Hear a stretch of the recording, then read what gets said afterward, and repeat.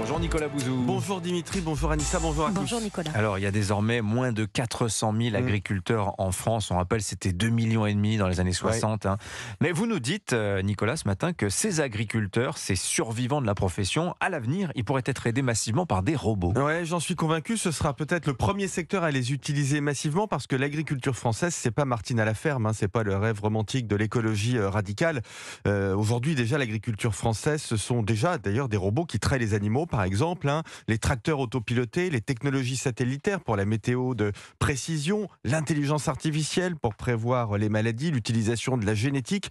Et vous savez, en innovation, nécessité fait loi. Alors aujourd'hui, on demande aux agriculteurs des productions abondantes avec des règles sanitaires strictes, de plus en plus écologiques et des prix maîtrisés. Ils n'ont pas le choix, ils sont obligés d'utiliser la technologie la plus en pointe. Et les robots hybridés à l'intelligence artificielle sont en train d'arriver. Elon Musk, qui en produit via son entreprise automobile Tesla, prévoit 1 milliard de robots sur Terre dans 20 ans. 1 milliard, c'est beaucoup, non? Ouais.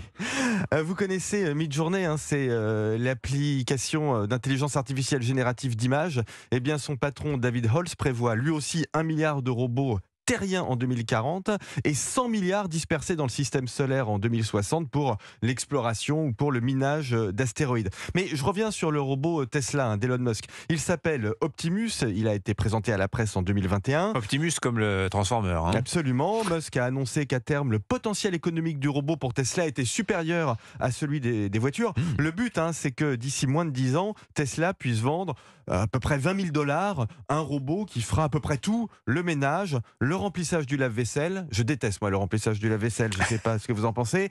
Étendre le linge, servir une bière et aider les agriculteurs dans leurs travaux. Ce sera utile puisque en plus, ils ne trouvent plus de saisonniers en France. Le même robot pourra faire tout ça. Absolument. Lave-vaisselle et agriculture. Oui. Bon, quelles conséquences économiques ça va avoir, ce déferlement de robots dans la société? Abyssal, bien sûr. Ce qui est disruptif, ce n'est pas l'intelligence artificielle d'un côté ou les robots de l'autre. En fait, c'est l'hybridation des deux.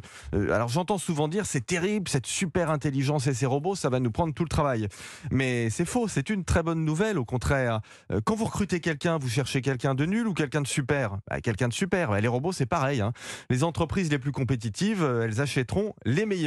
Pour bien travailler et bien nous aider dans l'agriculture ou ailleurs, mieux vaudra utiliser des robots super intelligents plutôt que des robots super nuls. Les robots arrivent. Signature Nicolas Bouzou. Tiens, une petite information concernant Elon Musk. Il a annoncé hier que sa start-up Neuralink a posé dimanche sur un patient son premier implant cérébral.